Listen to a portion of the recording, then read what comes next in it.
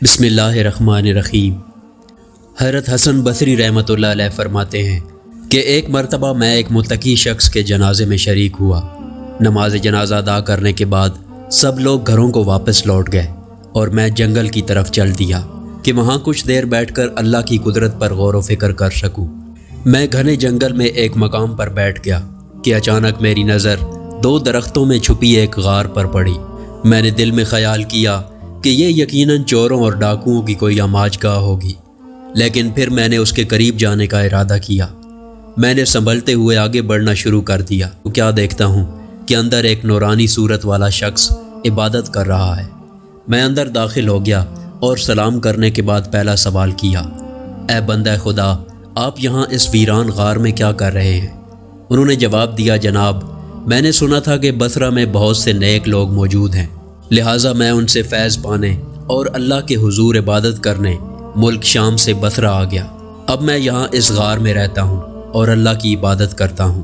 پھر میں نے سوال کیا، اے نیک انسان، تمہارے کھانے پینے کا بندوبست کون کرتا ہے؟ انہوں نے جواب دیا کہ جب میں بھوک محسوس کرتا ہوں تو درختوں کے پتے کھا لیتا ہوں، جب پیاس لگتی ہے تو ندیوں کا پانی پی لیتا ہوں، اسی طرح مجھ کو سب کچھ میسر ہے۔ میں نے عرض کیا، اگر آپ اجازت دیں تو میں آپ کے کھانے کے لیے کچھ بھجوا دیا کروں۔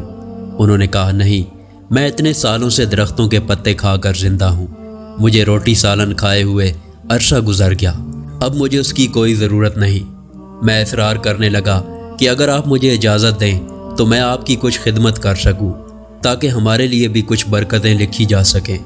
تب انہوں نے فرمایا، ٹھیک ہے، اگر آپ میرے لیے کھانا لانا چاہتے ہیں تو بس آٹے کی 2 روٹیاں اور سالن نہیں بلکہ تھوڑا سا نمک لیتے آئیے گا۔ میں نے یہ سن کر ان سے اجازت لی اور گھر آ گیا۔ گھر آ کر میں نے 2 روٹیاں بنوائیں اور ان پر نمک رکھ کر واپس جنگل کی طرف چل دیا۔ جب میں غار کے قریب پہنچا تو کیا دیکھتا ہوں کہ غار کے منہ پر ایک بہت بڑا خونخوار شیر بیٹھا ہے۔ میں سمجھ گیا کہ اس درندے نے اس نیک بندے کو اپنی خوراک بنا لیا ہوگا۔ مجھے بہت دکھ ہوا، لیکن پھر بھی میں اپنی تسلی کی غرض سے اونچی جگہ پر چڑھا جہاں سے غار کا اندرونی حصہ دیکھا جا سکے۔ جب میں نے اندر دیکھا تو بے حد خوش ہوا کہ وہ نوجوان بالکل ٹھیک ٹھاک موجود تھا اور نماز ادا کر رہا تھا۔ میں نے بآواز بلند کہا، میرے بھائی، آپ عبادت میں اتنے مصروف ہیں کہ آپ کو باہر کی دنیا کی کوئی خبر نہیں۔ انہوں نے سلام پھیرنے کے بعد مجھ سے سوال کیا، اے اللہ کے بندے، کس بات کے سبب آپ مجھ سے ایسا کہہ رہے ہیں؟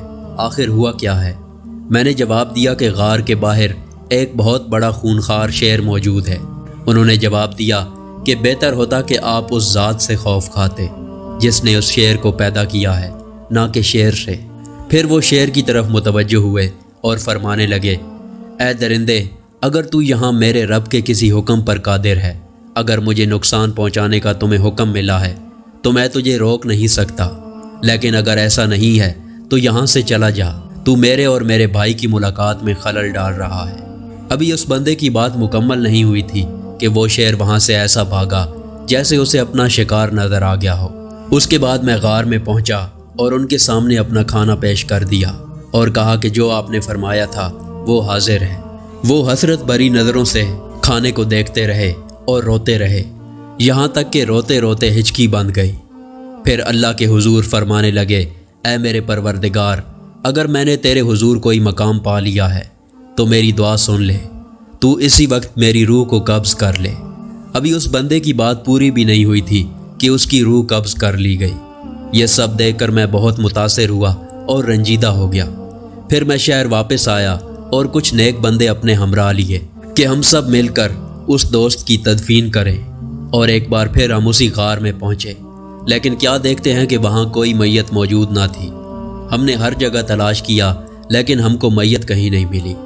سبحان اللہ، کیا شان ہے ہمارے رب اور اس کے نیک بندوں کی۔ اس قسم کی مزید ویڈیو دیکھنے کے لیے ہمارے چینل کو سبسکرائب کریں۔ شکریہ۔